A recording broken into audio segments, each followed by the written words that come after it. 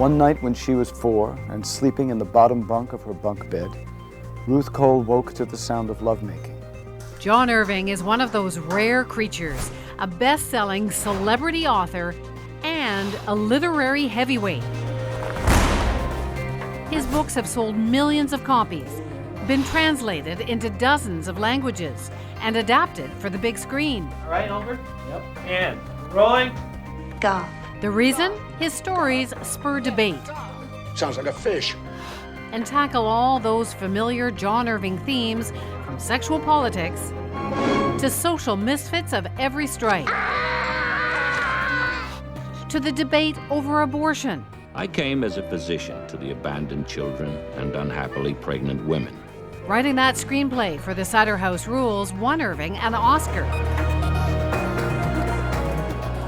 All along, he's kept writing those novels, 14 now, always by hand, always searching for the answers to his obsessions.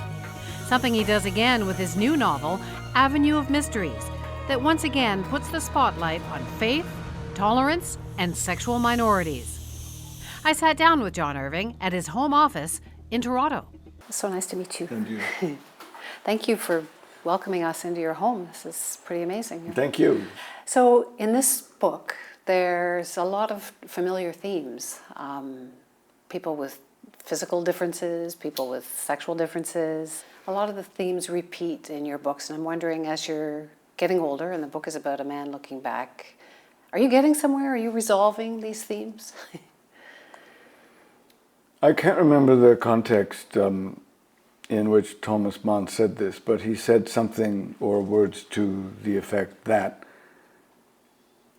repeating yourself is the natural concomitant of having anything worthwhile to say. There's also not so much a conscious choice involved in the most important things I repeat.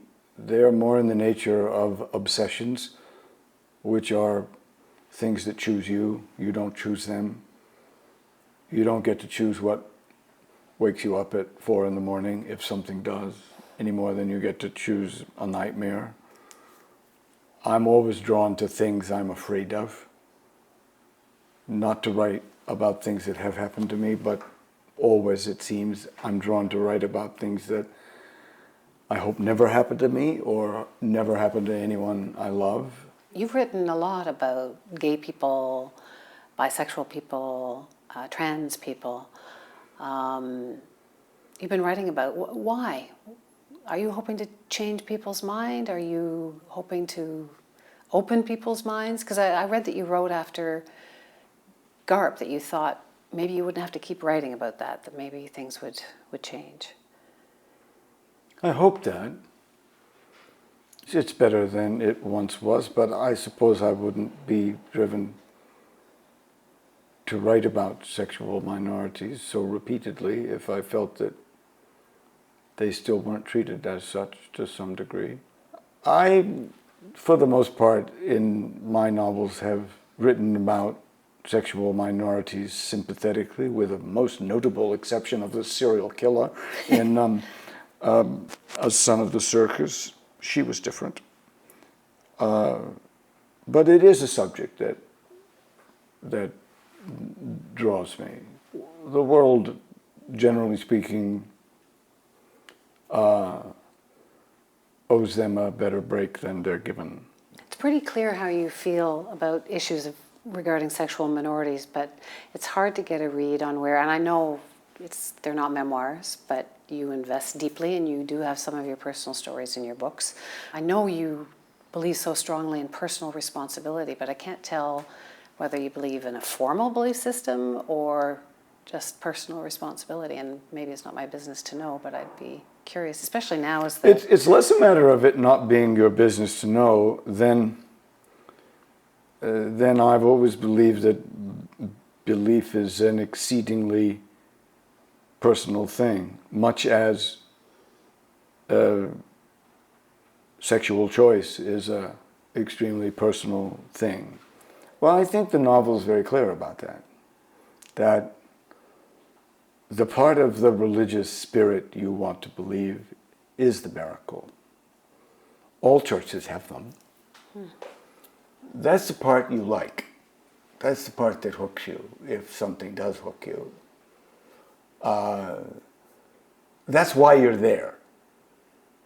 But always, in every religion, attendant to those miracles, come the spokespeople for the church, of any church, who tell you what the rules are, who interpret the miracles. And I think it's perfectly understandable and fair to dispute the very flawed and human element of the church, of any church, while also proclaiming, this miracle wouldn't have hung around for hundreds and hundreds of years and wouldn't have persuaded so many people if there wasn't something to it. I've always thought that true believers who proselytize their church too much at the exclusion of all others resemble a lot the equally certain of themselves atheists. Both of them are telling you what they can't possibly know. Most people believe without the miracle happening in front of them, those who believe. Well, I don't think you can or should belittle that.